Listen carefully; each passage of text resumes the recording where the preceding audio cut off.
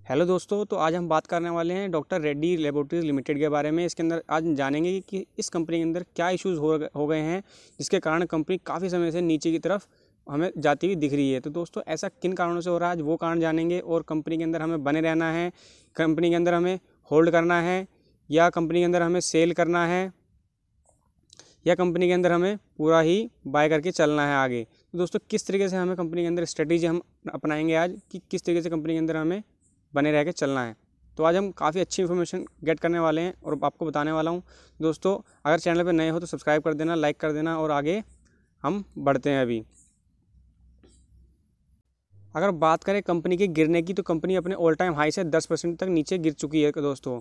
तो company all time high से अपने 10% नीचे गिर चुकी है। और कंपनी का जो एक बड़ा रेजिस्टेंस देखने को हमें पता चल रहा है, जो बड़ा रेजिस्टेंस है कंपनी का 5500 का बड़ा रेजिस्टेंस देखने को हमें पता लगता है, जो कि कंपनी जब तक इसको नहीं तोड़ेगी कंपनी ऊपर नहीं जा सकती है दोस्तों।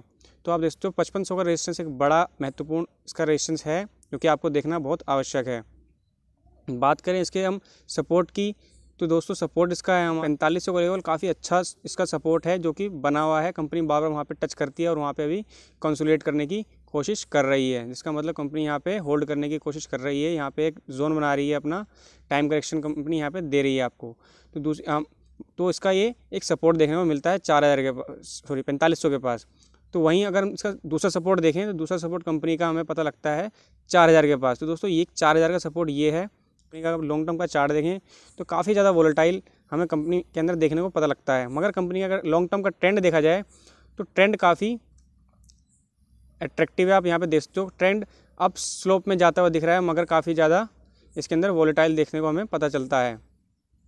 तो दोस्तों, अगर आपको इसके अंदर होल्ड कर सकते हो, रिटर्न्स भी अच्छे मिलेंगे। और अगर होल्ड नहीं कर सकते हो तो इसके अंदर रिटर्न्स आपको काफ़ी ज़्यादा ख़राब देखने को मिल सकते हैं, क्योंकि शॉर्ट टर्म के अंदर काफ़ी ज़्यादा इसके अंदर नेगेटिविटी देखने को हमें दिख रही है, और साथ ही साथ लॉन्ग टर्म के अंदर इसके अंदर काफ़ी ज़्यादा पोटेंशियल देखने को हमें पता लगता है। तो दोस्तों, ये थे इसके स्टॉप और रेजिस्टेंस। हम बात कर लेते कंपनी के अंदर हम आपको बने रहना है या नहीं बने रहना है, तो इसके बारे में जान लेते हैं। तो दोस्तों, कंपनी का जो काम है आप यहाँ पे देख सकते हो। कंपनी का काम फार्मास्यूटिकल सेक्टर के अंदर कंपनी लीडिंग कंपनी है, कंपनी लीडिंग है, और इंडिया की लीडिंग कंपनी इसके अंदर एक है। तो एपीआई इसके अंदर कंपनी काम करती है। यहाँ पे देख सकते हो एक्टिव फार्मास्यूटिकल इंग्रेडिएंट्स एपीआई इस कस्टम के अंदर कंपनी काम करती है। वहीं कंपनी का कस्टम फार्मास्यूटिकल सर्विस प्रोवाइड करती है, generics, biosimilars and differentiated formulas के अंदर कंपनी सॉल्यूशन प्रोवाइड करती है। साथ साथ कंपनी मेडिसिन प्रोवाइड करती है। तो दोस्तों, कंपनी का मार्केट कैप देखा जाए तो 77,000 का है, करोड़ का है। कंपनी लार्ज कैप कंपनी है, बड़ी कंपनी है। कंपनी साथ साथ डिविडेंड पे करती है, ½ % का कंपनी डिविडेंड पे करती है, आप यहाँ पे देखते हो। और कंपनी का पीई 40 का समथिंग चल रहा है। वहीं ROE 11% चल रहा है, और ROCE 15% चल रहा है। कंपनी के ऊपर 3000 का डेप्थ देखने को मिलता है हमें। यहाँ पे देखते हो कंपनी के ऊपर 3000 का डेप्थ देखने को मिलता है। वहीं अगर प्रमोटर की कोई होल्डिंग देखी जाए तो कोई भी प्लेज नहीं है। अगर कंपनी के कॉन्स और प्रोज देखे जाएं तो कंपनी के अंदर कॉन्स तो बहुत ज़्यादा हैं, मगर वहीं कंपनी के प्रोज काफ़ी कम देखने को पता लगते हैं हमें। तो कंपनी के अंदर प्रोज एक ही है दोस्तों।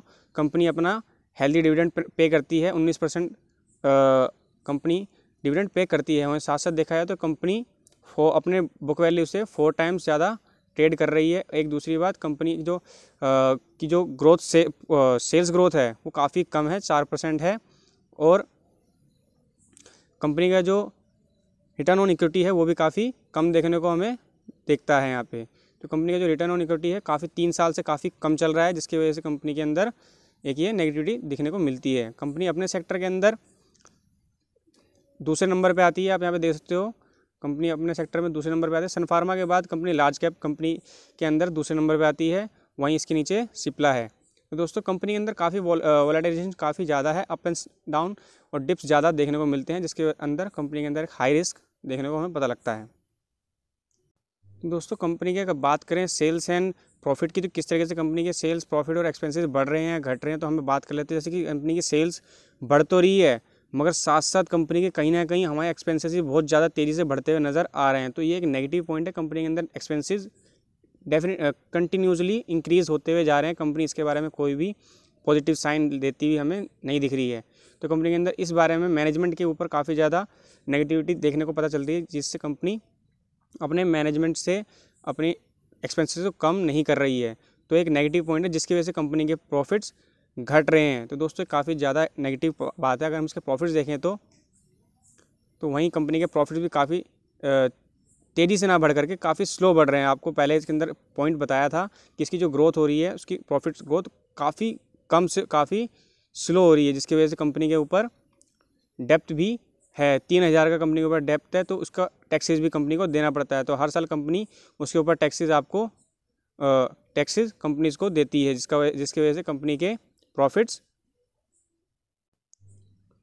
कम हो जाते हैं। तो दोस्तों इन कारणों से कंपनी के जो प्रॉफिट्स है काफ़ी तेज़ी से कम होते हुए हमें यहाँ पे नज़र आ रहे हैं। तो इसी वजह से कंपनी के देखो यहाँ पे जो टैक्सेस हैं वो भी इंक्रीज़ हो रहे हैं धीरे धीरे। यहाँ पे देख सकते हो जहाँ पहले 26% था, आज की डेट में वो 32% तक टैक्सेस चुकाते हैं, जिसका एक कारण ये भी है कि उसके प्रॉफिट लॉस हो रहे हैं। डिविडेंड पे आउट कर रही है, डिविडेंड काफ़ी अच्छा पे कर रही है, इसकी वजह से कंपनी अपने जो भी प्रॉफिट्स आता है अपने शेयर होल्डर्स को बांट देती थी, जिसका एक कारण ये भी देखा जा सकता है नेगेटिव पॉइंट कि कंपनी आगे के बारे में नहीं सोच रही है। कंपनी बस खाली अभी के बारे में सोच रही है और आगे एक्सपांड करने के बारे में नहीं सोच रही है।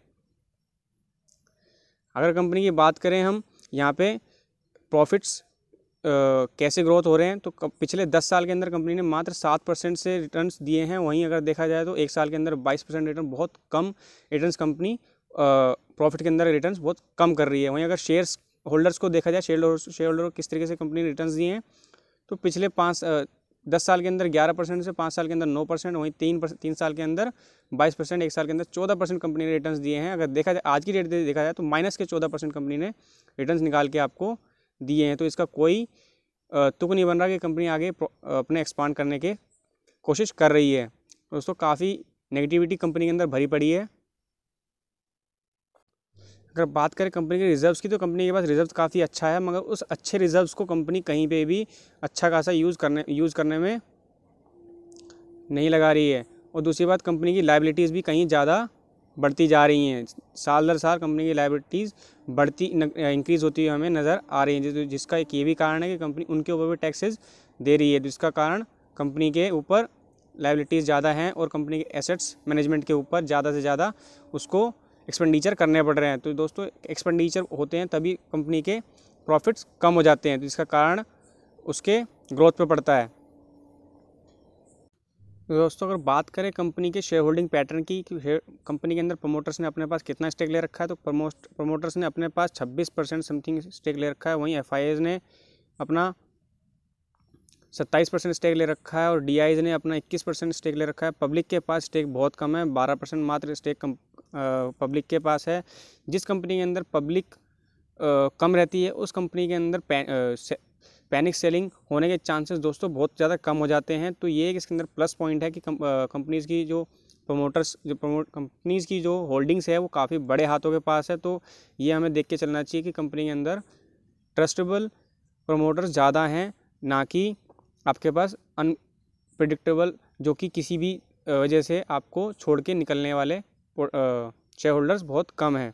दोस्तों ये इसके अंदर प्लस पॉइंट है कि कंपनी के अंदर एक काफ़ी बड़े उद्योगपतियों का हाथ है और अपने चीज़ को वो समझते हैं, जिसकी वजह से उन्होंने इन्वेस्ट कर रखा है। तो कंपनी का कहीं ना कहीं फ्यूचर आगे ब्राइट है, जिस वजह से कंपनी के अंदर बड़े शेयर होल्डर्स ने अपना हाथ रख रखा है और अपने आप को इन्वेस्ट करके आगे बढ़ रहे हैं।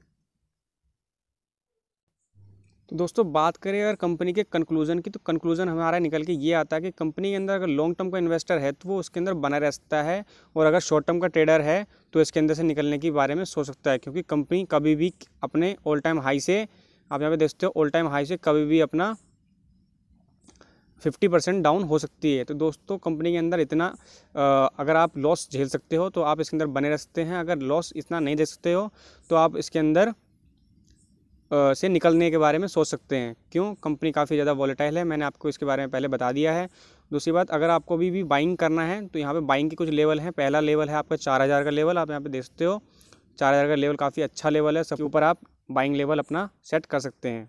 दोस्तों ऐसी इन्फॉर्मेशन के लिए मिलते हैं नेक्स्ट वीडियो में। अगर वीडियो अच्छी लगी तो प्लीज़ लाइक करें, सब्सक्राइब करें। बाय।